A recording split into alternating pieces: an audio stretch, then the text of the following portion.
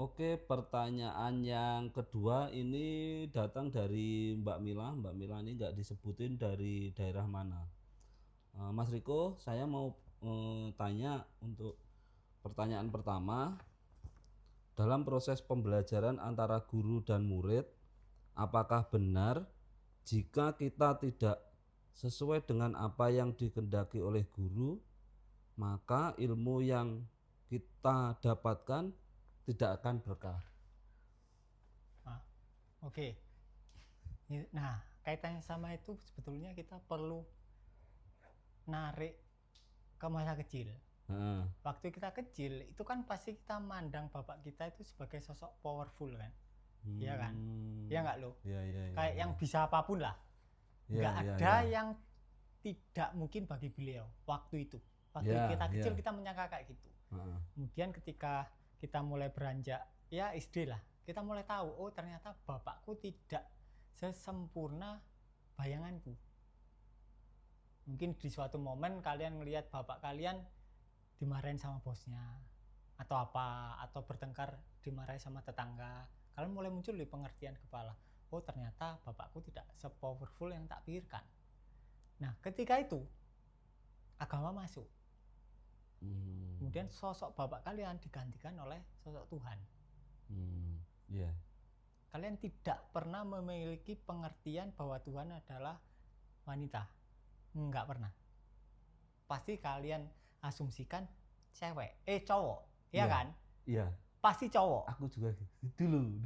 Pasti nggak mungkin orang berasumsi Tuhan itu cewek. Meskipun Iya. secara Karena teori gini, dasar bukan cowok dan wanita.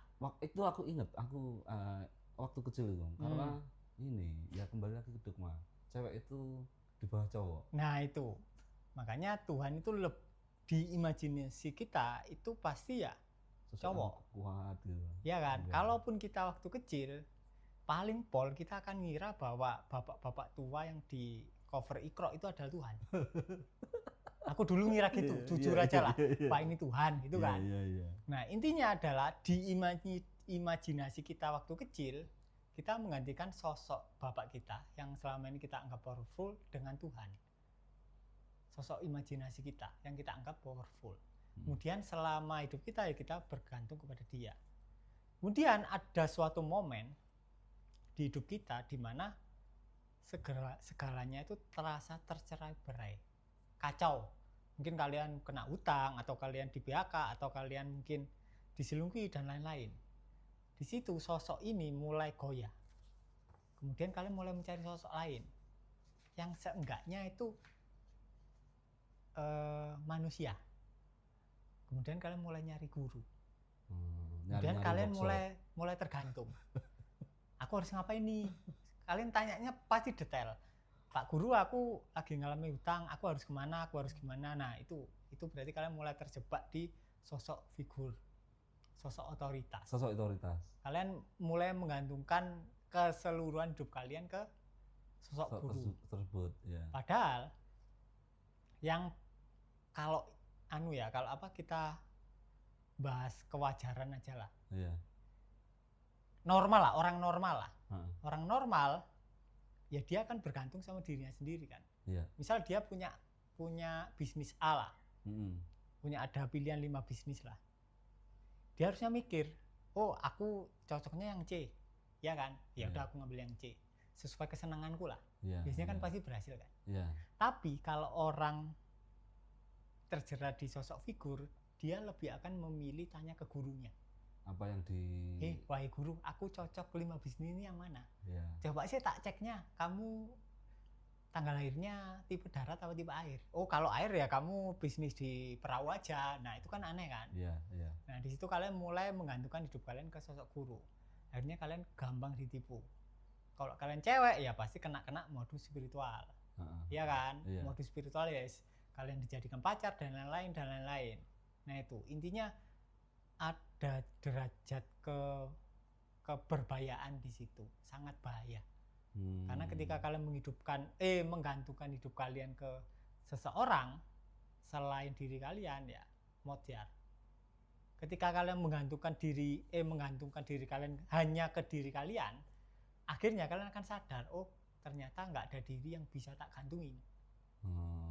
Dari situ lepas, kalian akan sadar, oh ternyata diriku nggak ada. Tapi itu tidak akan terjadi selama kalian masih bergantung ke orang lain. Apa-apa kalian tanya.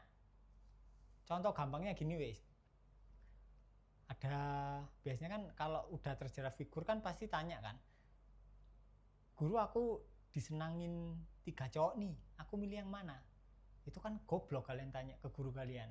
Ya kan kalian yang ngalami, kalian yang tahu kalian suka yang mana, kalian cocok yang mana, kalian jajal yang mana, kan gitu kan? Yeah. Hanya kalian yang tahu nih. Yeah. Ya guru kalian milihnya ya pasti milihnya acak banyak salahnya.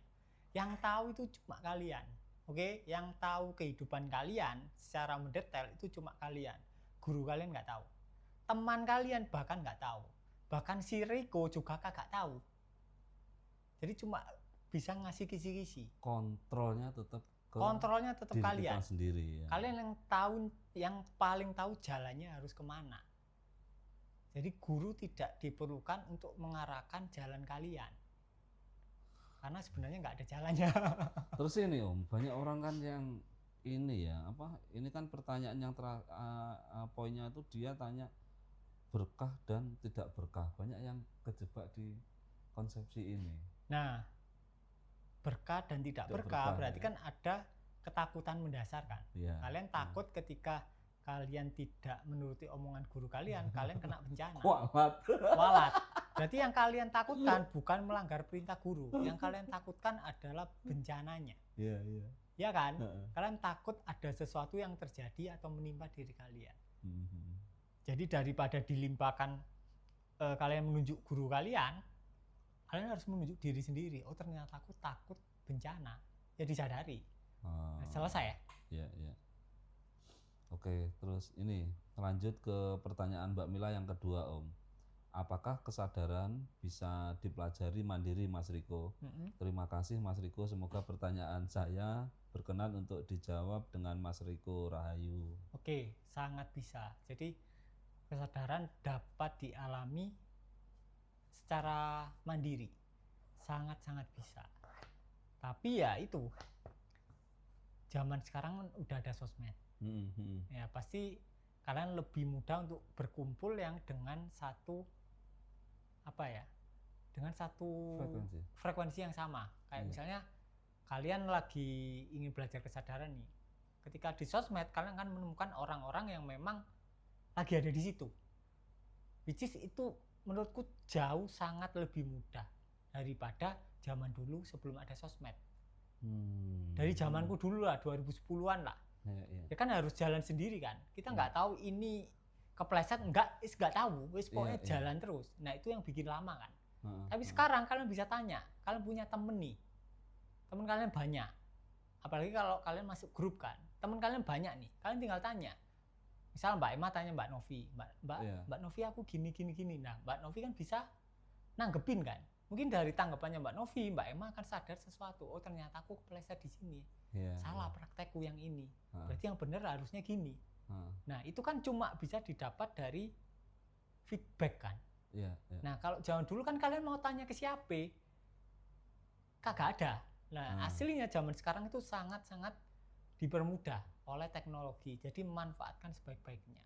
Kalau kalian punya teman seperjalanan ya manfaatkan sebaik-baiknya. Kalau kalian ada di grup yang memang itu menaungi di area-area tertentu kayak kesadaran, atau kalian bekerja di area-area kayak mungkin gambar pipa, AutoCAD, ya kalian gabung ke grup kan lebih gampang kan. Karena ketika kalian error gambar pipa, error nih AutoCAD-nya, kalian bisa tanya ini kenapa ya error. Nah yang udah ngalamin pernah error dia bisa ngasih solusi, daripada kalian nyari-nyari sendiri kagak ketemu, mungkin tahun depan baru ketemu. Nah ketika kalian tanya ke orang yang udah pernah ngalami itu lebih gampang, karena dia udah tahu errornya di mana. Dia tinggal ngasih tahu, oh caranya gini, selesai. Nggak lama. Tapi beda kasus kalau kalian udah dikasih tahu, kalian bandel ya, nggak tahu kalau itu, ya kan? Intinya manfaatkan sebaik-baiknya. Nggak usah malu, tanya aja. Tapi ini Om, dengan berkembangnya sosmed yang ini tidak menutup kemungkinan informasi itu juga liar. Dan kita tidak tahu ilmu itu sebenarnya yang beneran atau enggak.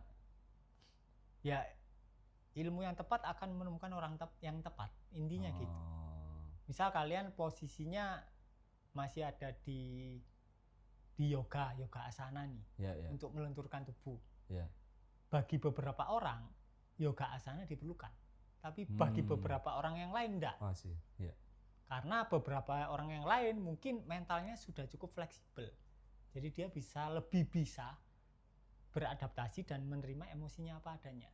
Tapi yang kebetulan dia perlu yoga asana, ya it's okay. Mungkin dia butuh tubuhnya lentur terlebih dahulu, fleksibel terlebih dahulu. Ya. Kemudian batu loncatannya dia baru loncat ke fleksibilitas mentalnya. Oh. Enggak semua orang mengalami urutan perjalanan yang sama. Sama, ya ya ya. Bisa ya. jadi dia perlu yoga dulu, bisa jadi yang satunya enggak. Bisa jadi yang satunya perlu ramal-ramal zodiak dulu, bisa jadi yang satunya enggak, kan gitu kan. Macam-macam. Ya. Intinya suatu ilmu akan menemukan orang yang tepat. Entah untuk batu loncatan atau untuk final. It's okay, enggak ada masalah di situ. Nah, buat teman-teman yang misalnya ini belum tahu apa, terkadang kita kan terjebak bahwa apa yang kita lakuin saat ini itu sudah benar apa belum, dengan terus mencari. Nah, buat panduan teman-teman. Intinya sign paling utama adalah rasa tidak nyaman yang berkepanjangan. Iya, itu ya poinnya teman-teman ya. Poinnya itu yang berkepanjangan. Jadi kalau kalian merasa nggak nyaman sampai semingguan, 3 harian, berarti ada yang salah dengan cara kalian. Ya, misalnya teman-teman ini nemuin ada hal baru, tapi ketika dipraktekkan atau dialamin dia nggak nyaman, nggak enak nih, lama nih nggak enaknya. Itu poinnya ya. Poinnya itu. Kalau nggak enaknya cuma sejam, 2 jam, it's okay lah. Oke, ya. Terima kasih Mas Riko, Mbak Mila. Jadi ini ya sudah dijawab 2 pertanyaannya sama Mas Riko. Semoga membantu. Nah, saya nggak tahu nih Mbak Mila kayaknya belum. Kalau pengen ditemenin sama Mas Riko belajar kesadarannya, bisa ikut kelas kita yang bulan ini, ada bulan ini online maupun offline, bisa WA saya Mbak ya di 0852 304 45019 atau cek di deskripsi YouTube ini. Terima kasih.